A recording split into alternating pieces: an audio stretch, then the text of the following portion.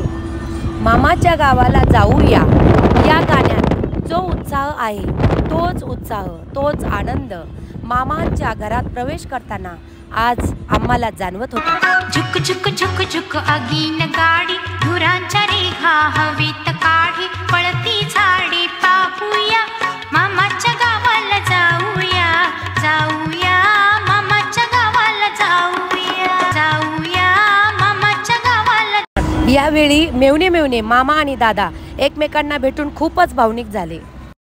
हीच ती चौघांची जोडी ज्यांच्या प्रेमळ संस्कारांनी आमच्या पिढीला व पुढील पिढीलाही एकत्र बांधून ठेवले. याचेच सार्थकी रूप मामांच्या व बाईच्या चेहऱ्यावर दिसते आहे.